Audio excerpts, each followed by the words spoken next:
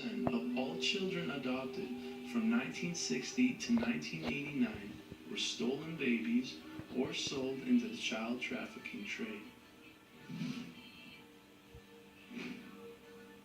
This is Sister Abaya, who on March 27, 1992 went missing.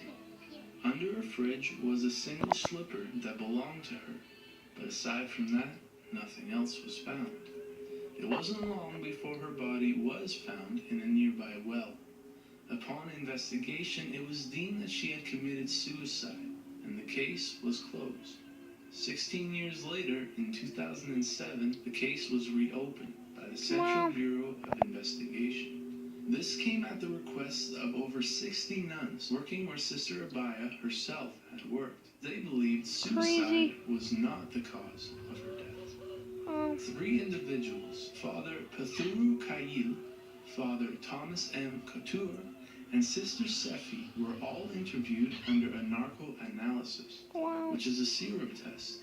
With the serum at work, all 3 made a shocking confession. They revealed that they had murdered Sister Abaya in a joint effort.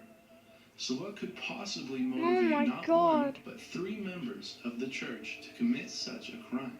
Sister Abaya had walked in on all 3, naked. A panicked Sister Sefi then grabbed an axe, hitting Sister Abaya 3 times over the head, killing her. All 3 then proceeded in throwing her body down a well, the well in which she had been found.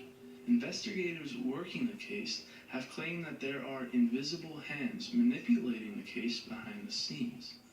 It starts with the initial evidence found at the crime scene.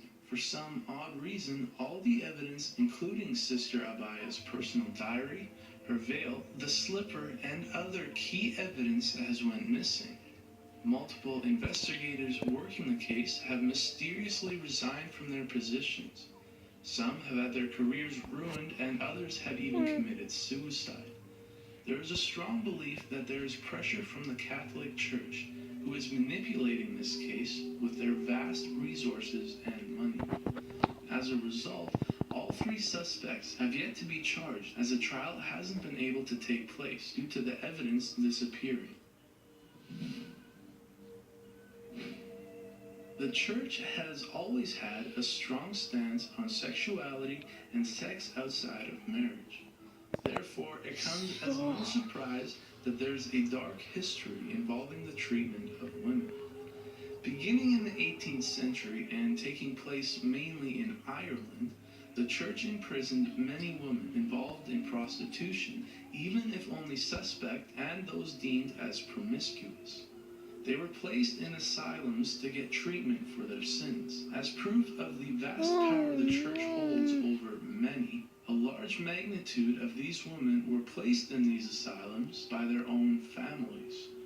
Inside the asylums, the women were forced into intense labor for 7 days a week. I think this is just messed up. This should not happen.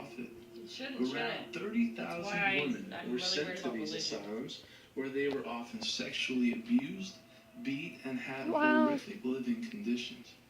Running from the 18th to the 20th century, this history of the Church was incredibly only revealed in